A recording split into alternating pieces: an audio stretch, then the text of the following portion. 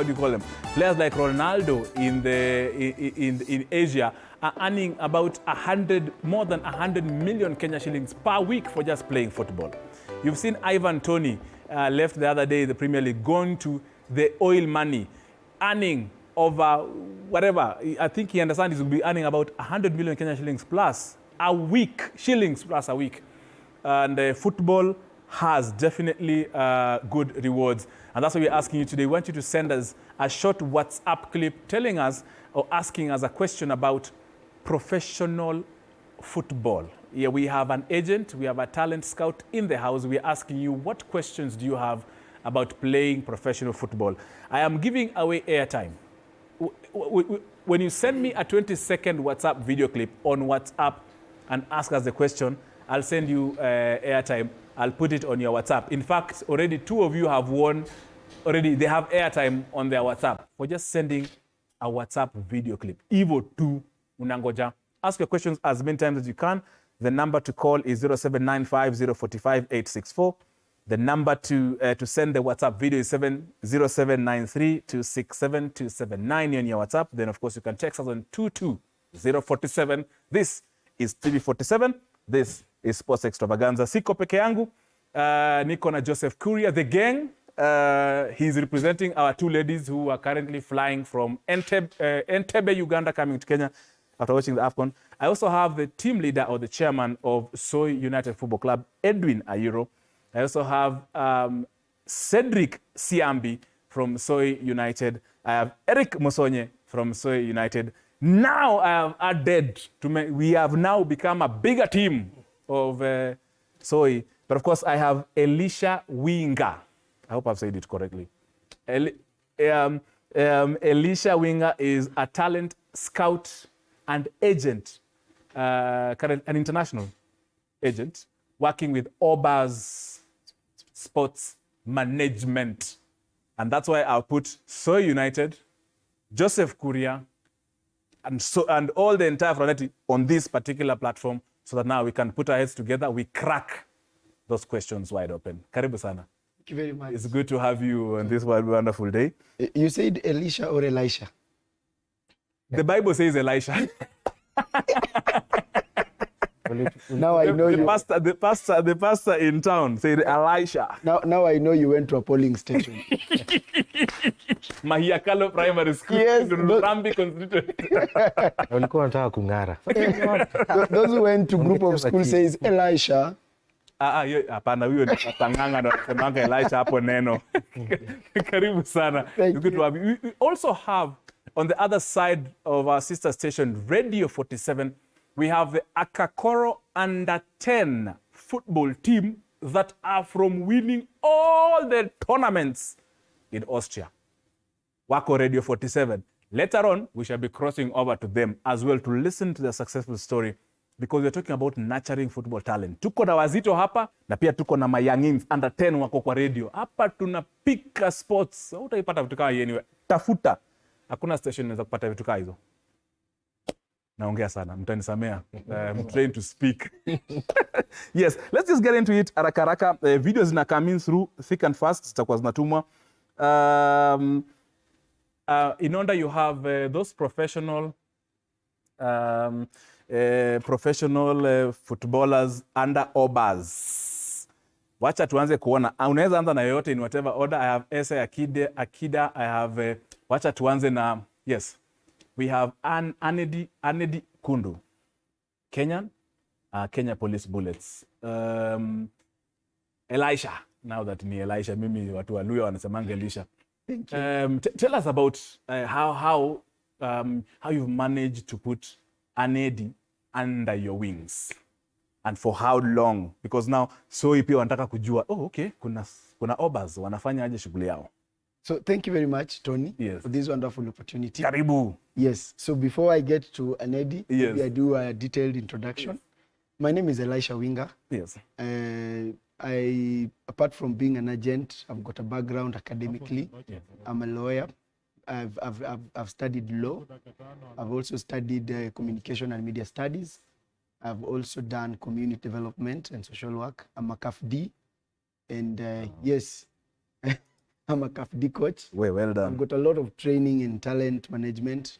I'm a film, I've done also cinematography and film. Si ambassador. Yes. Mwenye maneno. So why am I giving that background? Yes. Because someone will ask you, how do you become an agent and what do you require to become an agent, and also being a scout, because those are two different things.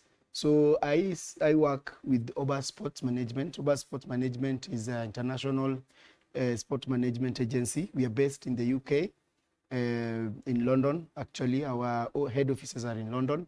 Our Africa head office in Nigeria. And then Kenya serves as the Central, Eastern, and Southern Africa office, which I actually pioneering to bring up. So one thing we do at Oba Sports, we do 4 main things. One, we do direct transfers for international, for pro. Football is in 3, if not 4 categories. We have pro, we have semi-pro, we have amateur, and then we have development or academy level. So amateur, you've just started playing, and then semi-pro, you've played, you've not gone to the national level or something like that, not a very heavy player. And then pro are those who have established themselves as players. So for them, for the pro, we do direct signings. And that's why we have people like Kanedi Kundu. We have Jereko Manalima, who is currently at Kansas City Current. She's doing her 3rd game today, and she's doing a good job. I would love and challenge Kenyans who are in the US and even locally. Let's support her. Her jerseys are available. We have the link. You just go to Kansas City website and you'll be able to get the link. Let's support her. We have Corazon Aquino, who is currently with Simba. We have Essia Kida. She was formerly with PAOK Club Women, but currently we are yet to place her somewhere. We have also, I'm trying to mention the local players, because the international ones I'll mention, but we have players from Kazakhstan, we have players, we have players from Brazil, from Argentina, from Colombia, from Congo, from Malawi, from Chad, from South Africa. We currently discovered a Kenyan under 17. We just signed him. We scouted him, I think, 2 weeks or 3 weeks ago. He's called Jabari Kibisu.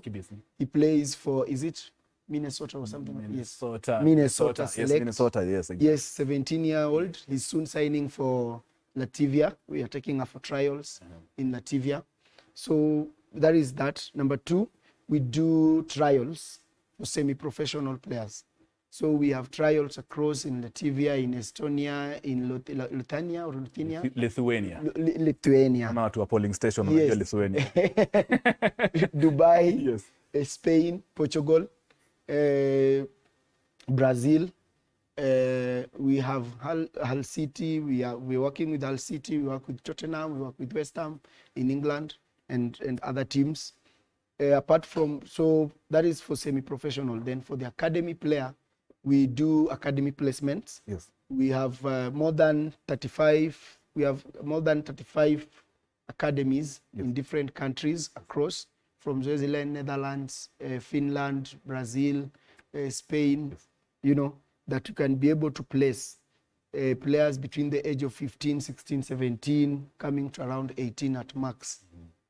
So apart from that, we also have a partnership with just what the current, one of the aspirants, he was able to go to the US through a scholarship, Campus. Yes. We have a partnership with our friends in the US, whereby we can be able to get players who are good.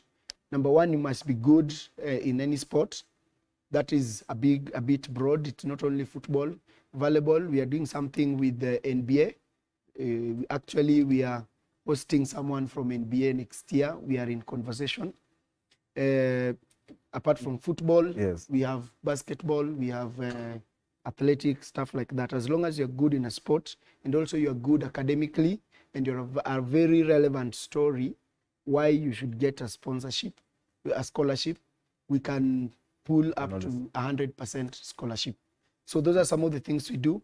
Then the last one is we also facilitate or organize tournaments, friendlies with international teams. For example, if you want to go and play international tournament or a friendly or tours, we can be able to facilitate that process.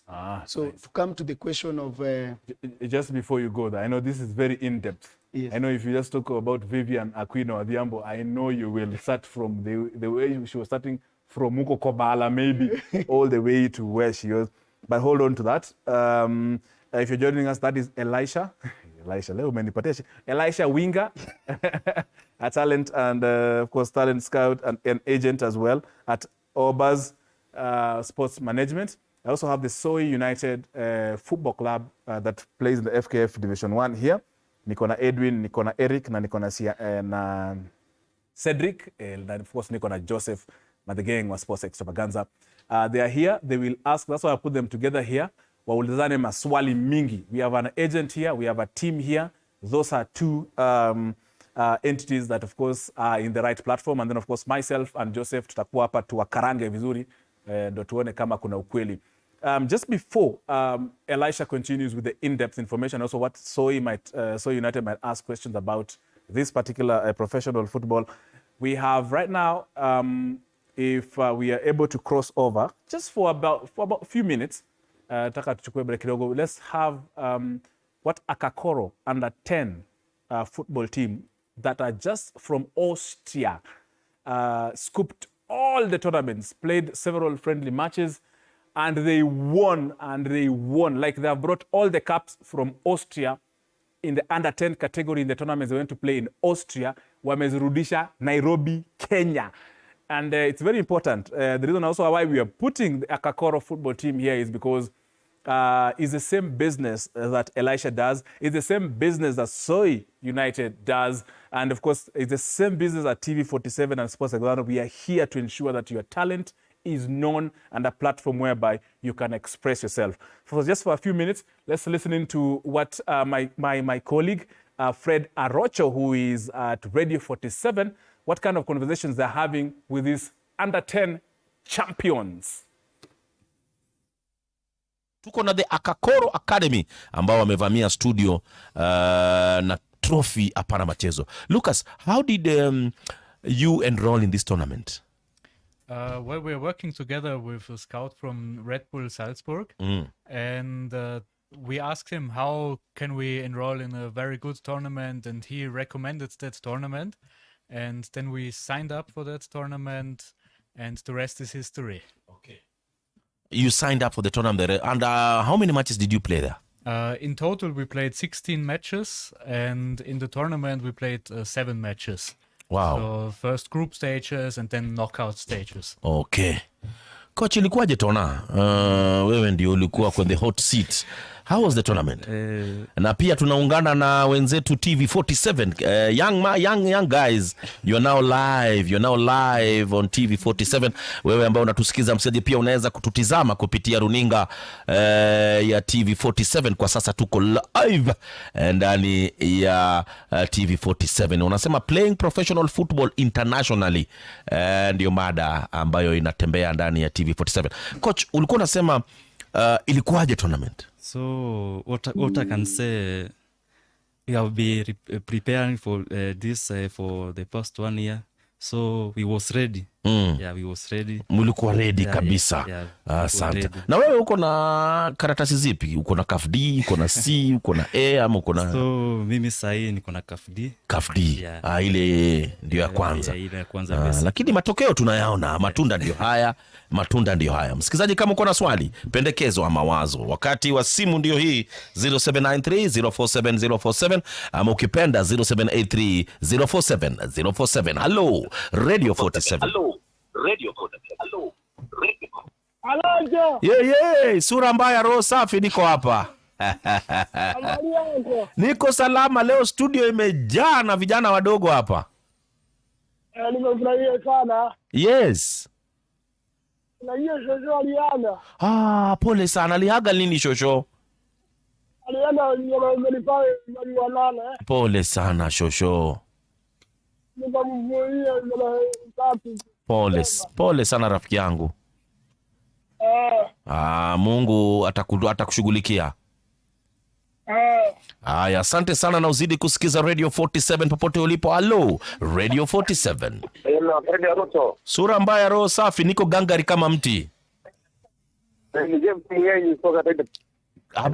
Habari ya Taita Taveta. Taita Taveta kwema. We, leo nimevamiwa na vijana wadogo. Hawa ni masuperstar. Na pia hiyo kizungu wewe mwenyewe unachimba chimba, lakini jamaa toka hapo, kizungu yangu iko juu namna gani wewe bwana?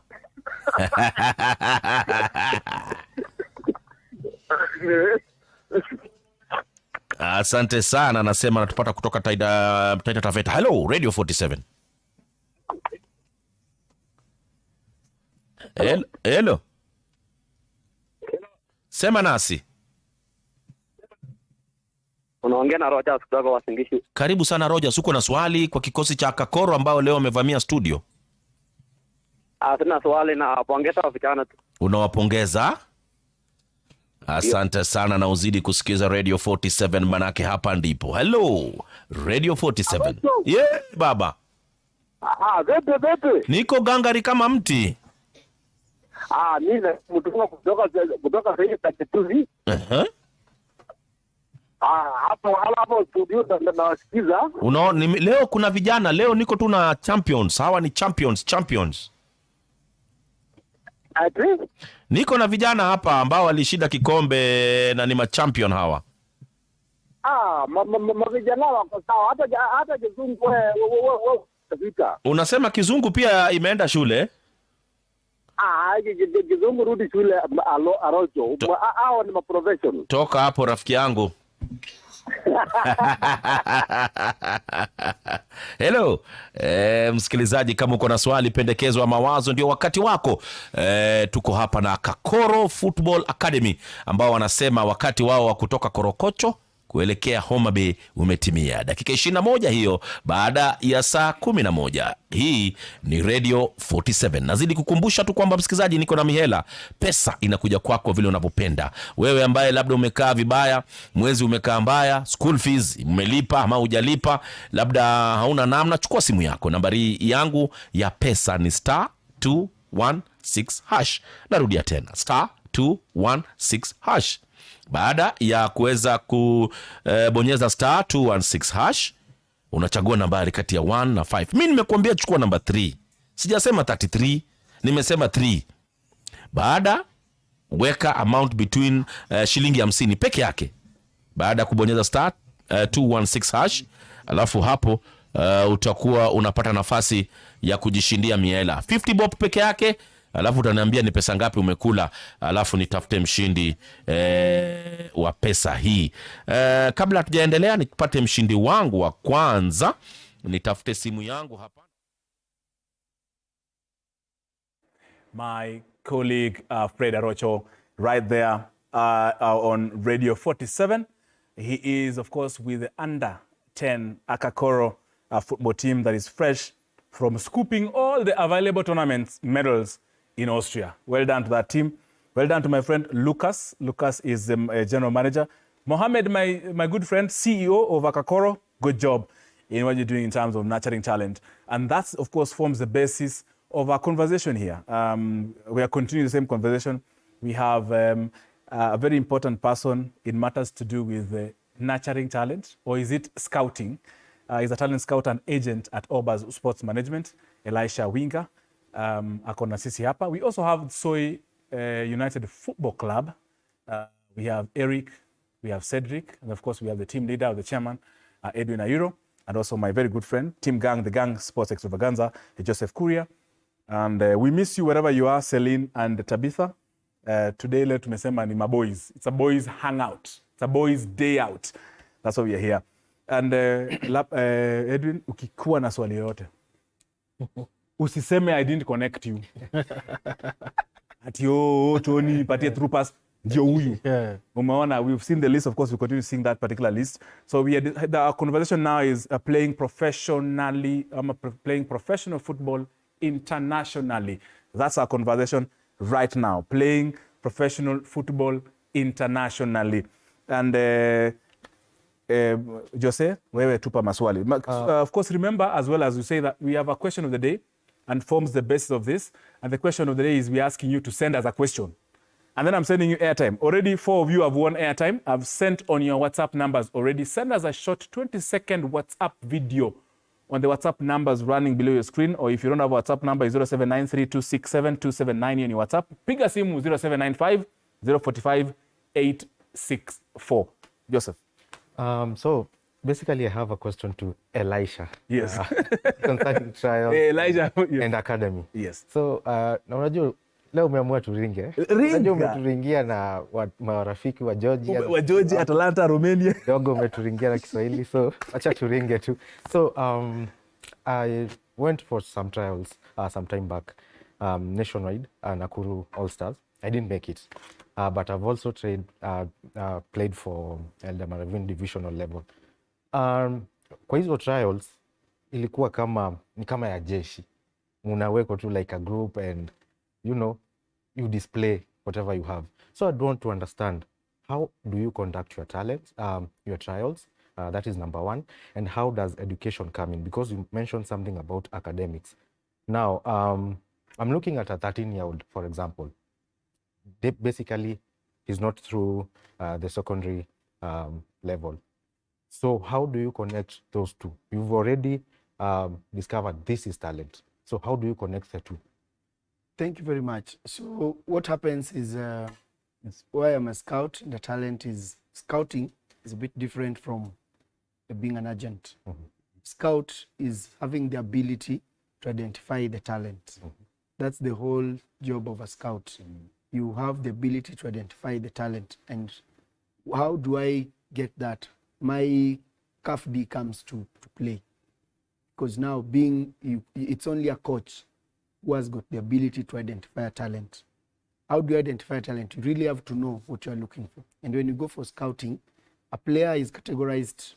There are 5 things that we look at. Mm-hmm. Number 1, your character. Number 2, your attitude, your personality as a player. That puts together your discipline and all this. Then your motor function. Then we get to your skills. And then your creativity. Are you getting? So you realize a player who is at 16 years should be having the basics of all these 5. For that player to qualify, at least you must score 78, between 75 to 78%. So we have exceptional, we have average, then we have common, we call them normal or common players. That is around 50 coming down. The moment you're scoring 65 and below, it means you're an average player. 65 and above, that is between 75 to 75 and above, that's an exceptional. 75 to 65, that's average. Then 65 coming down to 50, that's normal. Now, if you are scoring 50 and below, then you're fair.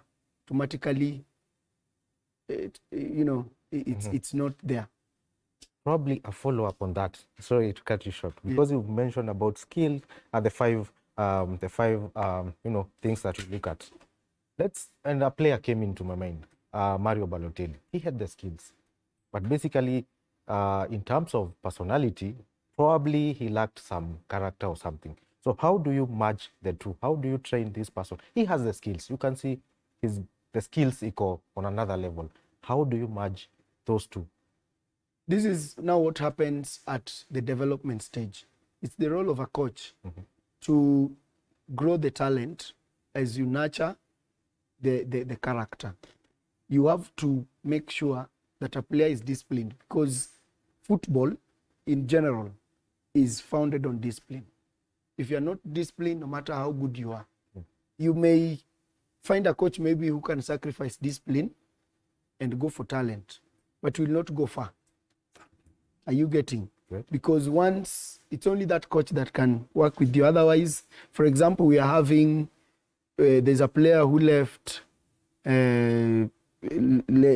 Chelsea just recently and went to Arsenal. The issue was not about the issue of his ability to play, but his discipline and ability to work with the current coach. So for the talent to go far.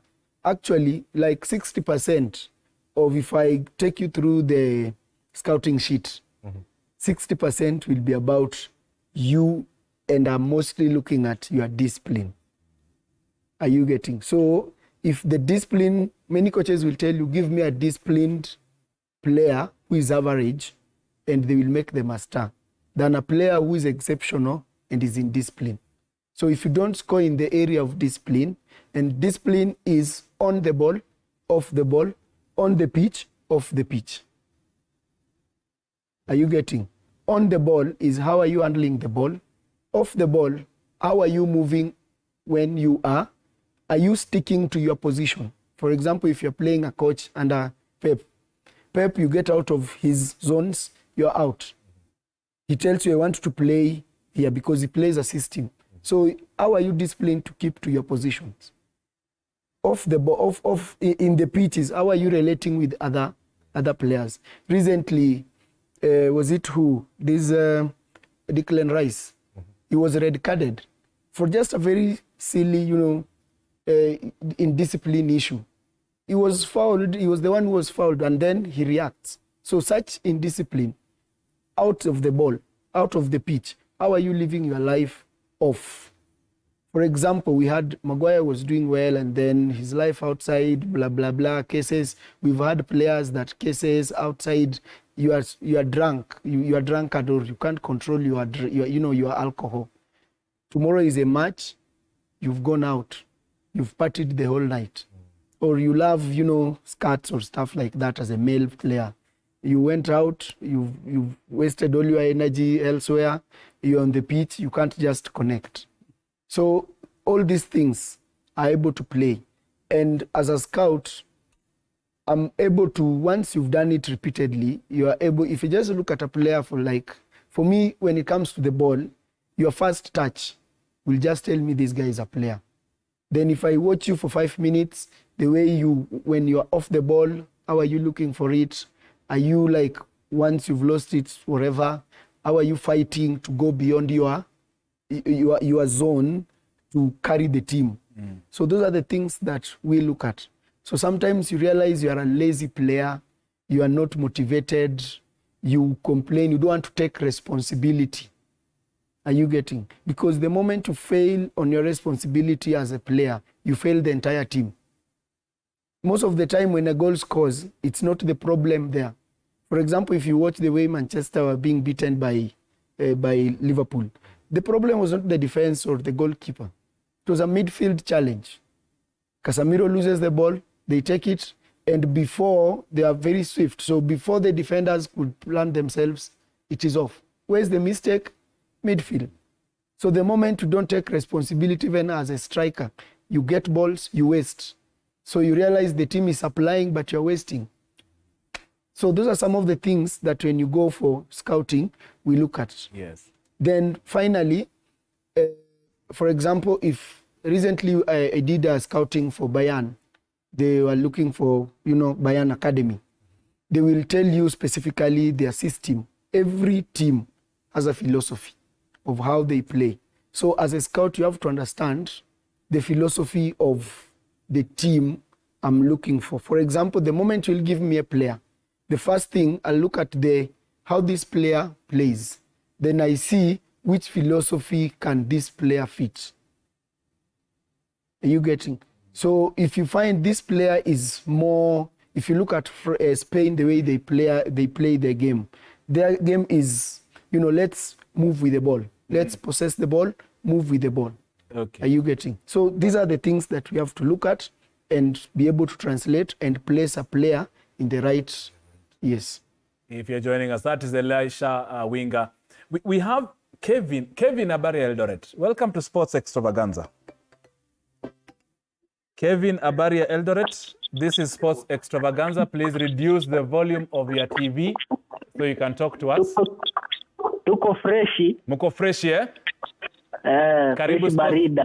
Barida kabisa mzee. Yeah. Karibu Sports Extravaganza. Niko na chairman wa Soy United, niko na Eric Musonye, niko na Cedric, niko na talent scout na agent Elisha pamoja na Joseph. Uko na swali gani? ningependa kuuliza Elisha. Yeah.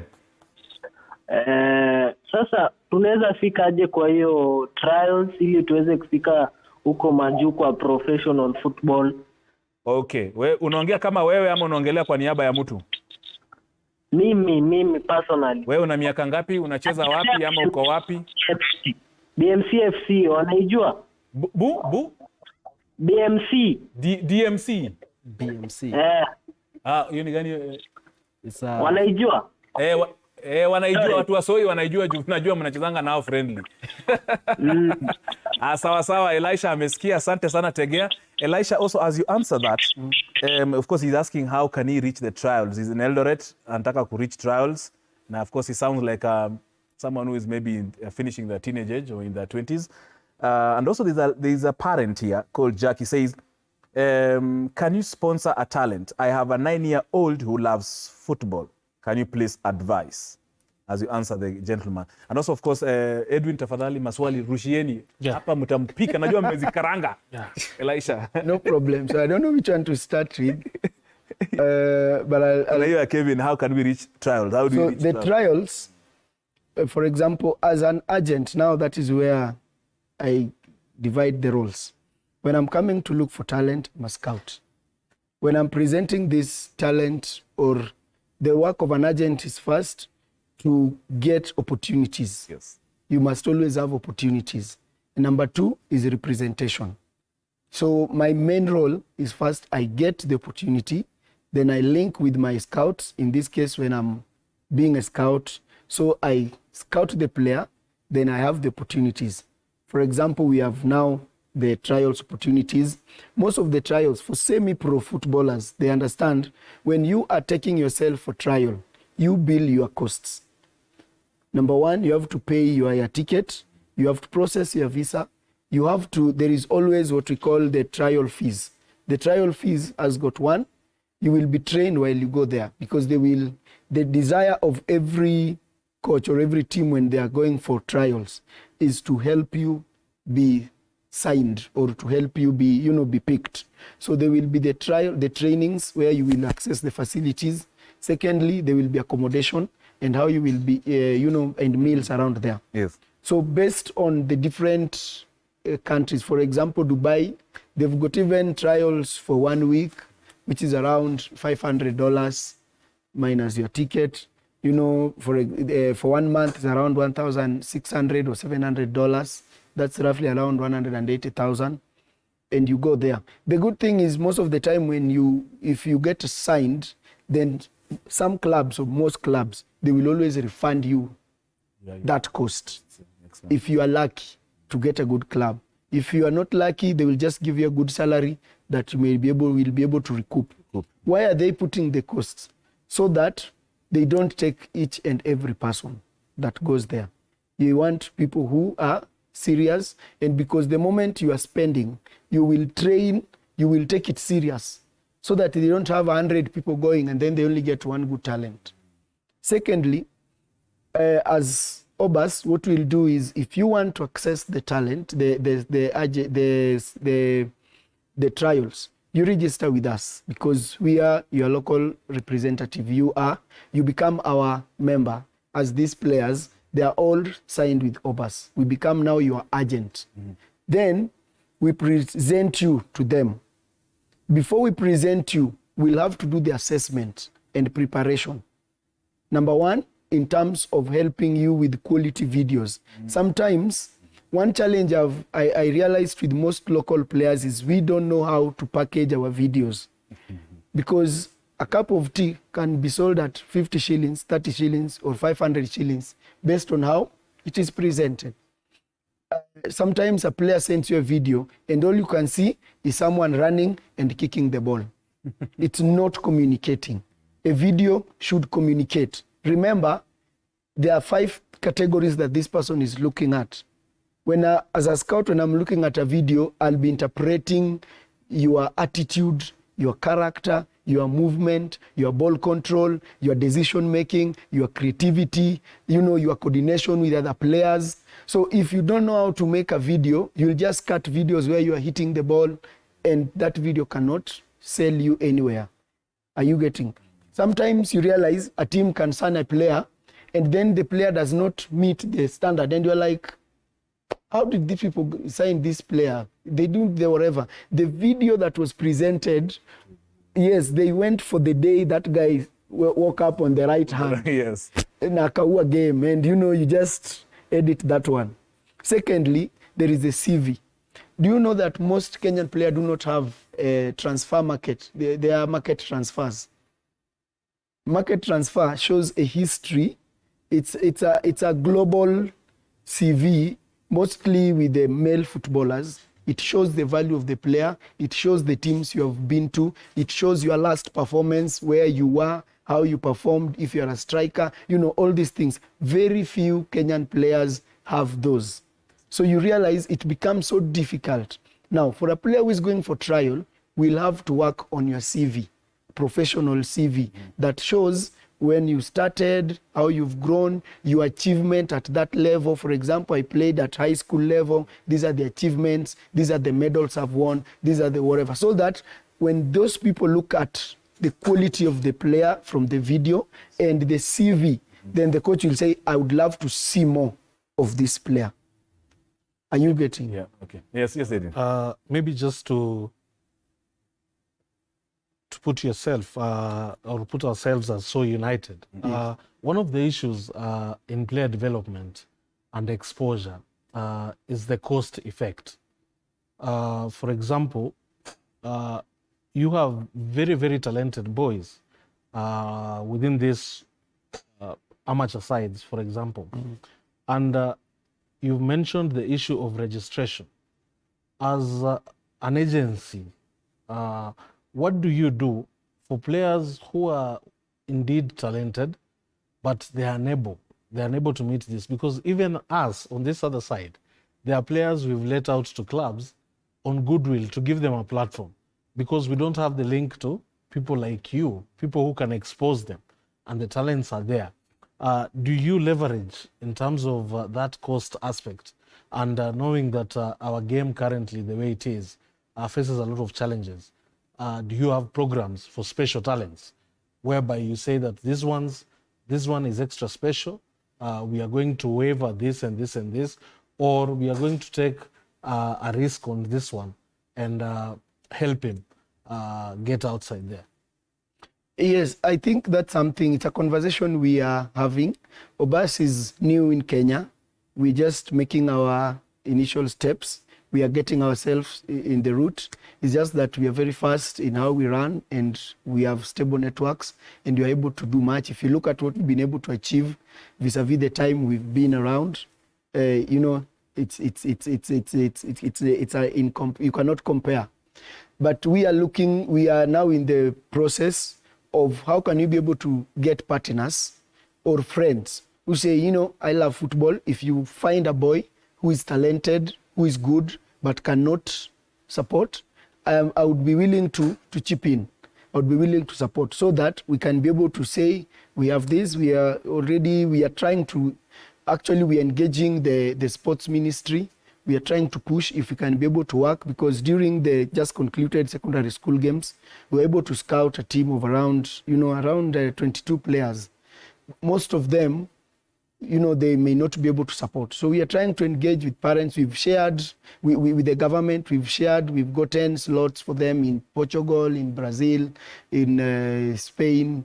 In one was picked by some academy in England. 5 were picked by some colleges in the US. So we are trying to see how can we be able now to raise partners to help us make sure that we are able to put these talents there. So it's something in the pipeline, because we cannot be able to promise much that we still don't have capacity. But as time continues, and also as we get support from Kenyans, and not only Kenyans, generally people get to trust us and give us more work, we'll be able to have enough resources internally that we can now say, this player is good, I'm going to sponsor him to go for this, this trial in Dubai, go for this trial in Brazil, go for this trial in Netherlands or Finland, or these places. So it's something we are working towards, and that's why we are in this process of trying to engage, and we thank God for TV47 giving us this opportunity to engage and share and reach out and tell people, because we know there have been a lot of conmanship in this game. Yes, a lot of it. There's people tell you, I'll take this child there, we'll do this, blah, blah. So Kenyans are skeptical. We engage people, but yeah, people are buying the concept, but there's that fear. So we are trying to give people confidence that, you know, we are here. I'm Kenyan. My ID is here. You will find me here. So just give us that. As brief. clear as you, Joseph, as you asked that, Tunalis Mugenge, are you online? Are you still on the line? Bado niko kwa line. Tunalis, pole kukuweka. Karibu Sports Extravaganza. Umeona tuko na kwara mkubwa kabisa. Niko na Joseph na niko na wazito wa Soy United FC na pamoja na talent scout and agent wa Obas Sports Management Elisha Winga. Tuambie mambo yako tusikia. Nataka kuuliza jamaa ambaye anahusika na scouting. Elisha, yes. Elisha. Mimi nataka kumuuliza. Endelea, yes. Amezungumzia kuhusiana na hii transfer market, player wanalakile market. Yes. So kitu mimi nauliza, is it FKF ndio inastahili tengeneze profile ya mtu ama scouts ndio wanastahili wakuwa naangalia profile ya mtu vile amekuwa akicheza? Juu sometimes unapata for example mtoto wa 9 years, yes, amekuwa akichezea tuseme Dagoretti, mama kama anampeleka mali kama Westland ama different place, yes, because of work. So mtoto mtamscout aje ndio mjue kwa hii talent isikuja ikapotelea kutokana na ile migration ya parent. Okay. Sawa. Yeah, that is my first question. Oh, kuna ya pili. Second question nataka kumuuliza, if they are really scouting zile talents, ni vitu gani tunaona kwa Harambee Stars? Sipati picha kwa hii timu yetu ya Harambee Stars namna inavyocheza, kwa sababu vipaji viko kwa ground. Yes. Na akona scouts wangapi ambao wanamsaidia ku scout talents mtaani? Okay, sawa. Thank you very much. Who is assisting you to... Ndio maswala ambayo nimetaka at least anisaidie. Yes. Ndio tujue hizi talents kama tuna profile. Maana nilisikia juzi kuna mchezaji hapa Kenya ambapo hatuwezi mtaja. Alikuwa ameenda kule nje kucheza game.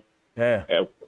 Kwa team fulani hapo, and then baadaye wakasema ni kama miaka haiendani, ni kama alikuwa amefake, baadaye akaingia South Africa. Hiyo story pia tumetaka tujue. Sasa shida ni agent wake ama scouts wake ndio walikuwa wabaya pale kumpeleka huko?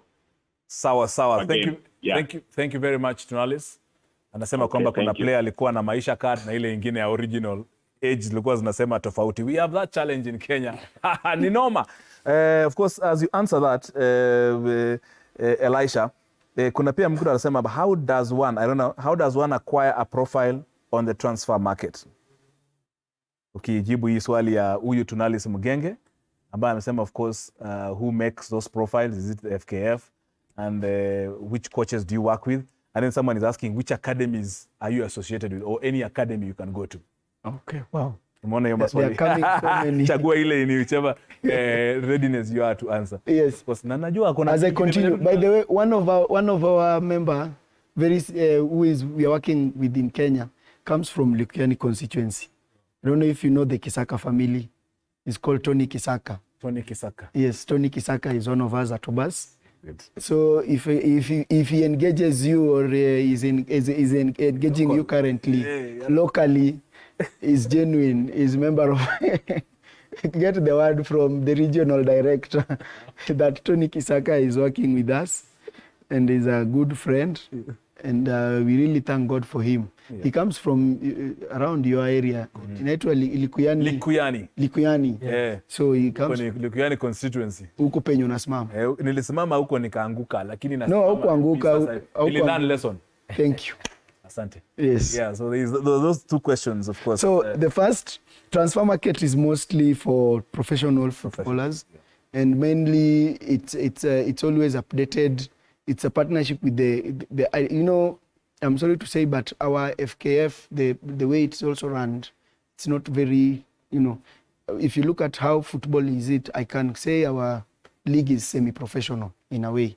So it should, the FKF should always make it on the teams to make sure that all the players have got their transfer markets updated, because it's for the good of the player.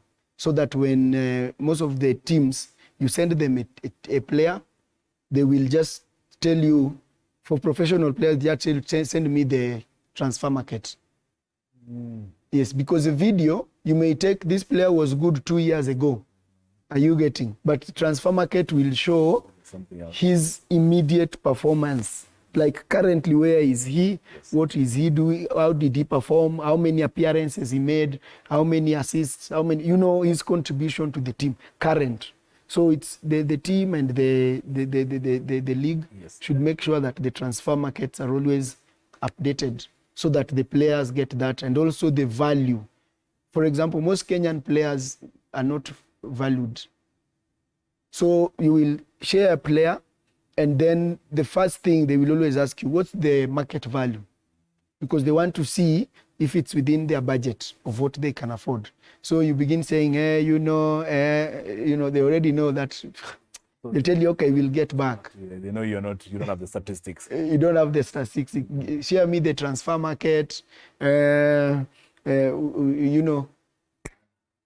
why you realize Kenyan players, for them to get out at pro level is not very easy unless they are going to, some small teams and whatever. Or those ones who have played internationally, it's easier. For example, somebody like Teddy Akumu, he has a transfer market. Why? He played in South Africa.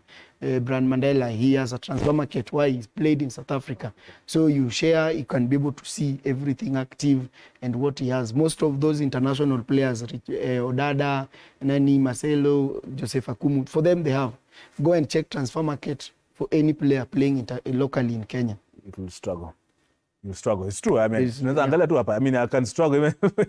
You can try. I can give you names and you try.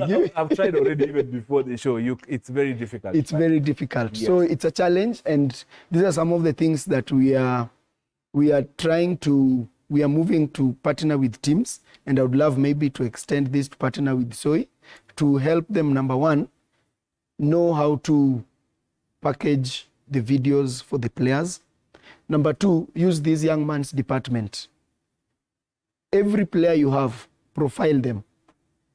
Push them to have their social media platforms, YouTube, wherever. Every game they play, do their highlights, upload it there. So that the moment you have that player has got content running on their social media platform, if you give me talk to me about a player, and I send the player, I just send one link, and I tell them, go to this, you will find everything, all the games, wherever, the photos and everything about this player. It's very easy. Something that people do not know that also contributes in some point to sign a player, because this is what happens. You're an agent, I'm an agent. You're the team. We've both shared our players. You are looking for a defender. Then you have three.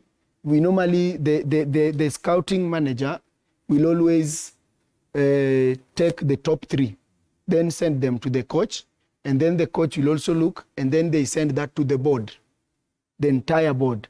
Now, if there's a tie in the three players, they look at their social media following, because they're saying, what is this other thing this player is bringing on board, apart from just playing on the pitch, yes, and coming early for training. Are you getting? So the person with the bigger social media, because they're also looking at how can we grow our brand, signing a player that will improve our brand and increase our market reach. For example, if you're signing this player in Kenya, will this player help us to get more fans from Kenya? Because the bigger the fan, the bigger your merchandise. When you can begin, for example, as Kenyans, please, let's support our players outside. Buy their jerseys. That will keep them in the team, because the team will see, wow, this guy, since we bought this player, we've sold 10,000 jerseys to Kenya. Eric. Because it's system who has ordered the jersey from where, and they can see whose jersey is performing. The moment this jersey's person is performing, you are also adding that person's salary. tuongezeane mshahara. So Kenyans, let's support our players outside. Yes. Let's buy their jerseys. Let's go to their social media. Yes.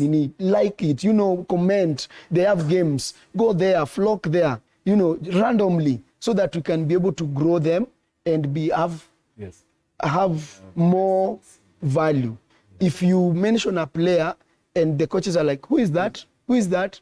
Who is that? Then that player must be so good. I can tell you, when we were signing Jereko, she's so good that the team had nothing but to sign her. So if the social media or these other things are not good, then make sure that the player is too good that Arsenal will say no. Regardless of where the country, we are taking this player. Are you getting? So those are some of the politics or, some gimmicks. I'm now taking you into the negotiation, the agency, what agent go through to get a player. For us, we normally see a player's been signed and maybe you are signed with us. We have taken 6 months, no yet a deal. And you're saying these guys are not working. You don't know what a lot of things, a lot of cards are playing in between so that a deal can come out. Yes. That's Elisha Winker. Has wealth of information in terms of talent scouts, the agency, of course, under the wing of Obas Sports Management. Remember, of course, the reason why we are here with So United and him and Jose is because of the players that some of the players. There are many internationally. We just selected the Kenyan players that are currently under the wing of Obas Sports Management. Just before you go to the WhatsApp clips, I would like to, in order to just share those particular graphics of the players that are under Obas Sports Management, so that we can see exactly what you're talking about. Ndio msishangae Elisha anaongea hao watu ni kina nani. Of course, you had seen them earlier. If you are on this particular show, you had seen them earlier. There is a question here. Tunalisa kwa shasema. My good friend here from anasema, I'm Brian Wanyama. Say hi to my grandson, Cedric Siambi.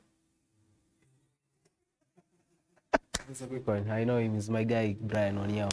Ongea na yeye bana, anaongea na yeye. Kutumia salamu bwana. Salamu bwana. Tumia salamu washapata. Brian and there are many I know. Wapoke salamu. Asante Brian Wanyama for that. It's important. This show is about hapa tuna connect watu bwana. Huyu jamaa sema, what are the requirements needed to be a professional? If you want to be a professional coach, which strategies can you use to help players to be more productive? Na kuna ile pia Elisha usihepe ile, do you cut across all the football academies, or you have specific football academies that you go to? Of course, utatujibio baadaye. Then which coaches do you work with? Already utaanza kuwaka na coach wa Soi. Unaona kwa nini nilikuwa nataka coach akuje? Lakini najua coach wa Soi ako sahi anapiga friendly mahali. Hiyo tunaelewa kabisa. Of course, you answered the one for academies. Someone is asking, is Zinedine Zidane replacing Eric Ten Hag? Of course, you also do coach connection, yeah? Yes. You're part, of course. Yes. Besides players, they do coaches. We have two coaches. Utatupatia ngoja usikutie hiyo, utatupatia after break. Utatupatia na ndo abaki hapa kwa show, utatupatia kila kitu utoroke. Of course, they also do coaches. That's the way they scout for players. For players, they do the same for coaches as well. So stick around for that. More, of course, also Soi. I know you have many questions, about thousands of questions. But just before we go for the break, these are some of the WhatsApp feedback we received from you. My name is Eric. I'm asking, how possible is it for a player to play beyond the age of 32, especially at the elite level? And another question is, given that football gives a lot to a lot of players, particularly the professional realm, how successful is it for ex-footballers to make good football pundits? Because you realize not all football players can be good pundits. Hello, I'm Kurgat, watching you live from Naivasha. I'm a very big diehard fan of TV47. I was asking a question about the transfer of Raheem Sterling to Arsenal. Has it been already signed off? Thank you. Hello Sports Extravaganza, ni Walter hapa kutoka Kisumu. And my question is how professional football, or let's say professional organizations, has helped women football, especially here in Kenya. Hey, I'm Daniel Otieno, watching live from Kisii. I was asking, what strategies does a player need to have to stay mentally focused and sharp during the matches? Yes, bwana Tony kwa Landa, ni Joshua kijana yako ya kila siku. Lazima tu sign in. Nagotea watu wangu ambao kwa TV47 hapo. Kuhusu hiyo mambo ya professional football. Swali naweza kuwa nayo hapo ni moja tu ama miwili hivi. Nasema ya kwamba mtu akienda kule nje, ni nini anaweza pata muhimu kule nje kwa vijana wetu ukienda kucheza kule nje? Ni kijana ya Kindu Bay, kijana ya Kikuyu Town. Tuko mbele pamoja TV47 kama kawa kama dawa. Tony